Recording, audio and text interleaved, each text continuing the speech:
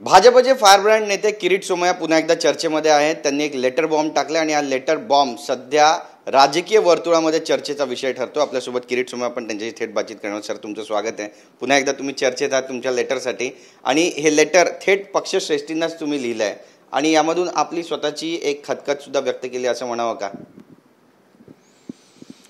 असं नाही की मार्केटिंगसाठी हे लेटर तर लेटर बॉम्ब. बाकी भारतीय जनता पक्षात इंटरनल डेमोक्रेसी आहे, डिस्कशन आहे, हा त्याचाच एक पार्ट आहे. पक्षात जर वेगळी मतं नसली की तुम्ही शब्द टाकता डिक्टेटरशिप, एकाधिकारशाही, कोणी बोलू शकत नाही. इथे समजा पार्टीत दोन व्यक्तींमधील एका विषयावर वेगवेगळी मतं आली तर त्याला आपण लेटर बॉम्ब नाव ठेवतो. मग किरीट सोमय्या चर्चेत आहेत, इंटरनल चर्चेचा भाग आहे, होता, तो संपला विषय तो. नक्कीच. पण तुम्ही यामध्ये म्हटलंय की निवडणूक प्रचार समितीमध्ये काम करण्यास तुम्ही असमर्थ आहात, असं तुम्ही यामध्ये नेमकं म्हणण्यामागचं कारण का? अशी चर्चा झडते. फार सोपं आहे. मुद्दा असा आहे, ते निवडणूक प्रचार समितीत प्रत्येकाला काही ना काही काम सुचवण्यात आलं आहे. माझा प्रॉब्लेम असा आहे की माझ्याकडे पक्षाने इतकी कामं दिलेली आहेत, तर पंचायत अशी होते की ते जे स्पेसिफिक काम आहे त्या स्पेसिफिक कामाला न्याय देता येत नाही. निवडणूक आयोग समन्वय मी गेली 20 वर्ष करतोय आणि ते करतोय, आताही करतोय. पण त्याचं जे डे टू डे मॅनेजमेंट आणि जे काम असते ते दुसरा कुणाला द्या, मी त्याला मदत करणार. आणि ते शेवटी पक्षाच्या नेत्यांना पटलं. कारण की ज्या दिवशी हे घोषणा झाली त्याच दिवशी मी इतका एका क्रायसिस डॅमेज कंट्रोल कामात लागलं होतं की ते काम मी किंवा देवेंद्र फडणवीस कोणी करूच शकत नव्हतं. मग मी ते सांगितलं, हे आहे काम आते रहता है, आणि ते त्यांना पटलं. नक्कीच. पण यानंतर कुणाशी बोलणं झालं चंद्रशेखर बावनकुळे यांच्याशी? त्यांचा काही कॉल आला तुम्हाला? काही गरज नाहीये ना, कारण की मी जे सूचना दिली की हे काम मी करतोय, दुसरी 10 कामं आहेत तेही मी करतोय, करत राहणार, त्यात काही प्रश्नच नाही आहे. कदाचित त्यांच्या मनात भ्रम झाला असेल की किरीटला काहीतरी पद दिलं पाहिजे, स्टेटस दिलं पाहिजे, त्यामुळे ते गरजेचं नाहीये. पक्षामुळे गेल्या 5.5 वर्षात काही पद नसताना मी इतकं काम करतोय, करू शकतोय, ते पक्षाचं समर्थन आहे म्हणूनच करू शकतोय. म्हणून ते त्यांना पटलं. मी म्हणालो काय पदाची गरज नाही, आणि दुसऱ्या कोणाला विश्वास पाठकलाय, काम दिलंय, त्यांना मी मदत करणारच आहे. फक्त निवडणूक आयोग नाही, अनेक अशी कामं आहेत, ती चालू आहे, ती चालूच राहणार. जर मी थोडा होता तो म्हणून तो वोट जिहादचा तो प्रश्न लोकांच्या समोर वास्तविकता मांडली की उद्धव ठाकरे कथा प्रकाराने हिंदूंची, मराठी माणसांच्या नावाने गद्दारी करतात. तर हे सगळं काढता आलं नसतं. मी जाऊन त्याचं भाषण शोधून आणलं ना, की त्या भेंडी बाजारमध्ये उद्धव ठाकरे सेने नेते हे सांगतात, अरे आपकी मस्जिद कैफेत आहे, हम बढ़ा देंगे, उद्धव ठाकरे बढ़ा देंगे. हे मराठी माणसाला माहित होतं का? ते किरीट सोमय्यानी पोचवलं. म्हणून 99.99% मतं मुस्लिम हे उद्धव ठाकरे सेनेला मिळाली. आणि इथे येऊन जय श्रीराम, त्या अशा प्रकाराचा कामासाठी नेत्यांना आता पटलं की किरीट सोमय्यांना प्रचारासाठी मोकळा ठेवला पाहिजे. नक्कीच. पण 2018 सालचा पण तुम्ही उल्लेख केला, यामधून पत्रकार परिषद तुम्हाला सोडावी लागली होती.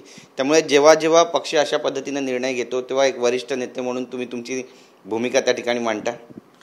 त्यांचा चुकीचा समज जर कोणी करून दिला असेल की आपल्याला किरीटला पद दिलं पाहिजे म्हणजे त्यालाही समाधान होणार किंवा लोकांमध्ये असं मेसेज जाणार की किरीट जे करतोय तर पक्ष प्रचार समितीत घेतलंय, म्हणून त्यांच्या लक्षात आणून दिलं की याची गरज नाहीये.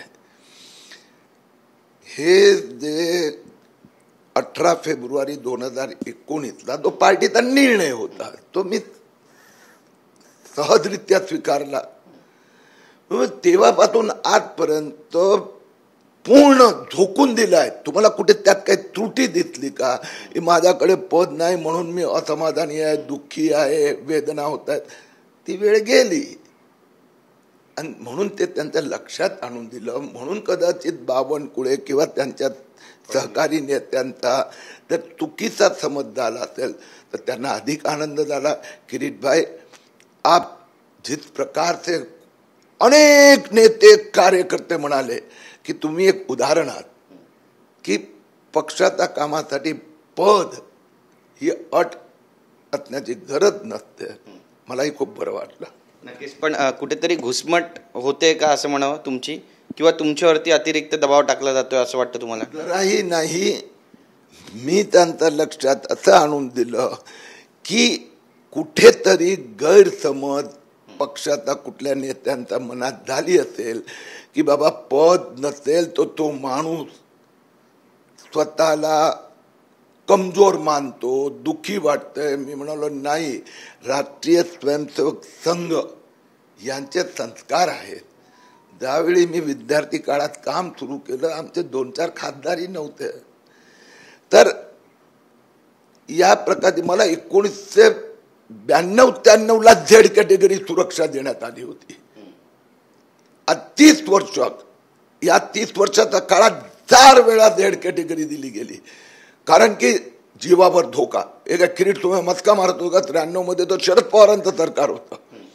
तर दाऊदची धमकी होती आणि सरकारकडे माहिती होती. म्हणून मी म्हणालो की भारतीय जनता पक्षात मोठा आहे. त्याचं कारण की असे कार्यकर्ते, मला तसं कार्यकर्ता म्हणून काम करू द्या. तुम्ही काम द्या, सगळं काम करणार, पद नको. पण तुम्ही म्हणताय की भारतीय जनता पक्ष हा मोठा आहे, पण नेते पण तितके मोठे आहे का? कारण ज्या पद्धतीचं सध्या वातावरण आहे, विधानसभा निवडणूक आहे, जागा कमी होत आहेत असं बोललं जातं. जे सर्वे येत आहेत त्यामध्ये 65 जागा ते 70 जागा दाखवल्या जात आहेत.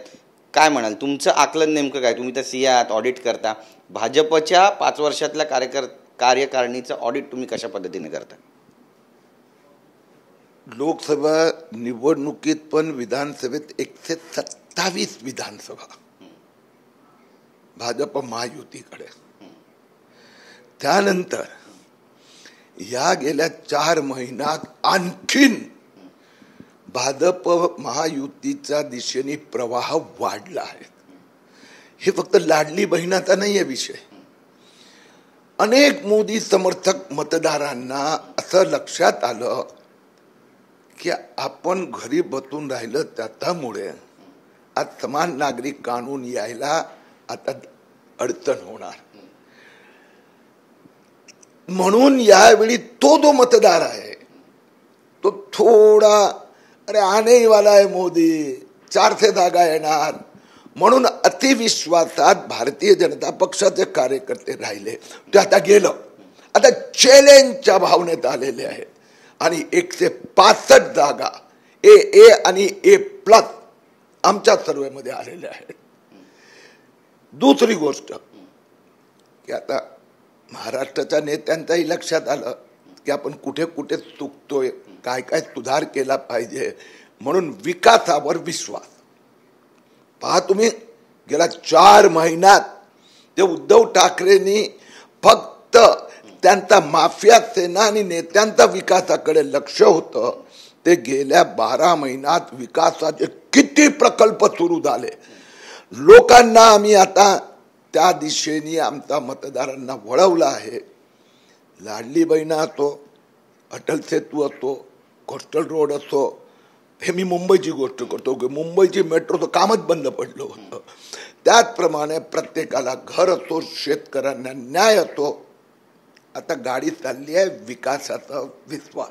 बरं, पण भाजपचं जे वरिष्ठ नेतृत्व आहे त्यांच्यापर्यंत खाली काम करणाऱ्या कार्यकर्त्यांचा आवाज त्यांच्यापर्यंत पोहोचतो का, किंवा त्यांच्या भावना पोहोचतात असं तुम्हाला प्रामाणिकपणे वाटतं का? सर्टनली भारतीय जनता पक्षाची सिस्टम आहे की खालचा कार्यकर्त्यांपासून वरचा नेत्यांपर्यंत त्यांच्या भावनाचे. आता तुम्ही माझाच किस्सा सांगताय, सुरुवात तर तिथून केली ना.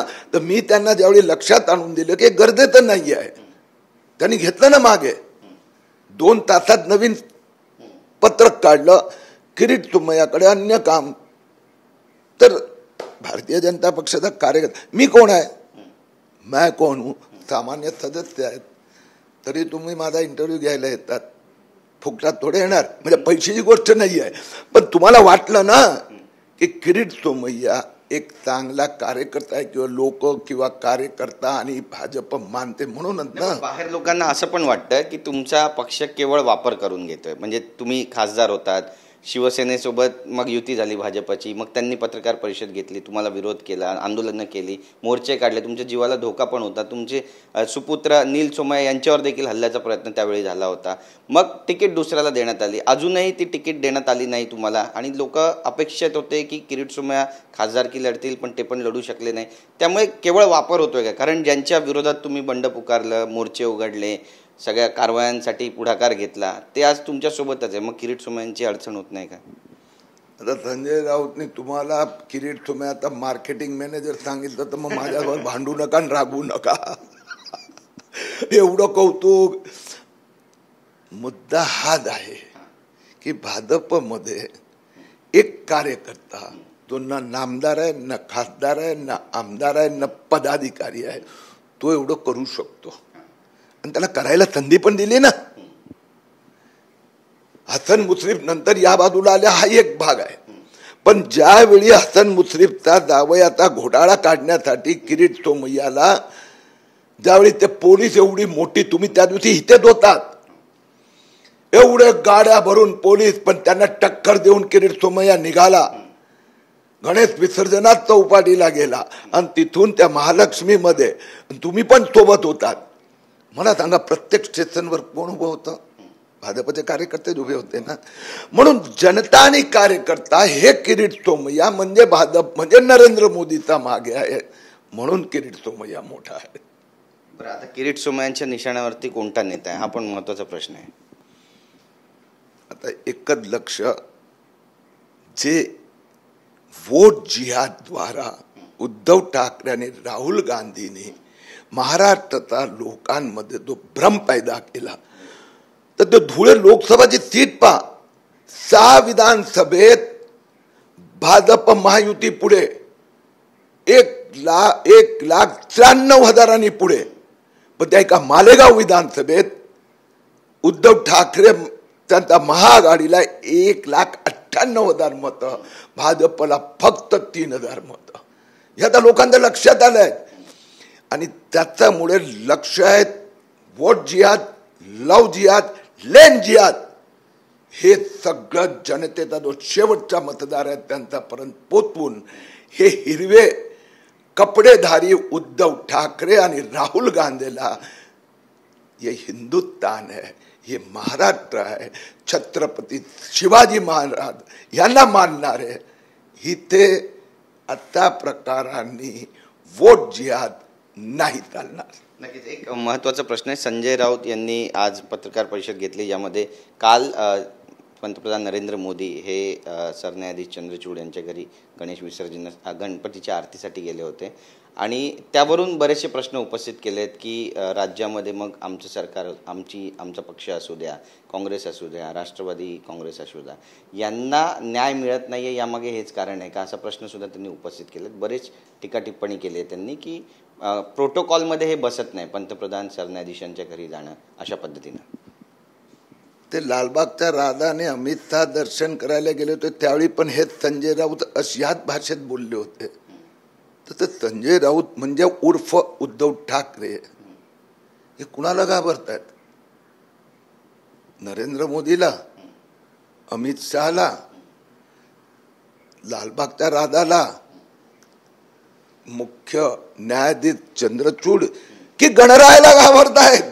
मला असं वाटतंय की आता संजय राऊत उर्फ उद्धव ठाकरेंच्या लक्षात आलं आहे की आता गणराया पण कोपायमान झालेला आहे. मशिदीची FSI वाढवून देणार, रामाचा निषेध करतात, गणरायाचा दर्शनाला आलेल्या भक्तांचा अवमान करतात. म्हणून संजय राऊत आणि उद्धव ठाकरे ही अति उद्धट भाषा वापरायला लागले आहेत. हिंदुस्थान गणरायाचा अवमान सहन करणार नाही. पण त्या पुढे जाऊन ते म्हणतायत की प्रादेशिक पक्ष राज्यामध्ये का खतम होत आहेत, यामागचा लोकांचा जो विश्वास आहे या भेटीनंतर आता पक्का झाला, जी शंका आहे ती पक्की झाली असं पण म्हणतायत. आता त्यांचा पक्ष का तुटला, त्यांचे आमदार का निघून गेले, एवढं उद्धव ठाकरे रोज संजय राऊत करायचे. भले भारतीय जनता पक्षाला महायुतीला महाराष्ट्रात लोकसभेत अपेक्षित यश नाही मिळालं, पण उद्धव ठाकरेची काय अवस्था झाली, 22 जागा लढल्या 90 आल्या ना. तर ह्याचा विचार ते संजय राऊत आणि उर्फ उद्धव ठाकरेने करायचा आहे. ये क्या हो रहा है, त्यांनी विचार करावा. गणरायाला बदनाम करण्याचा तर संजय राऊत आणि उद्धव ठाकरेंनी अट्टास केला तर महाराष्ट्र आणि हिंदुस्थानाची जनता सहन करणार. माझा गणरायाचा दर्शन करण्यासाठी 1 ते 40 कोटी जनतेने यायला हवं. जर ते गणेशाची भक्ती करतात त्याचा अपमान करण्याचा संजय राऊतला दमडीचा अधिकार नाही. आमच्याशी बोलल्याबद्दल. तर किरीट सोमय्या यांनी आपल्या शैलीमध्ये संजय राऊत यांना सडेतोड उत्तर दिलं आहे. कॅमेरा पर्सन खंडूराजचा गिरीश गायकवाड, TV9 मराठी, मुंबई.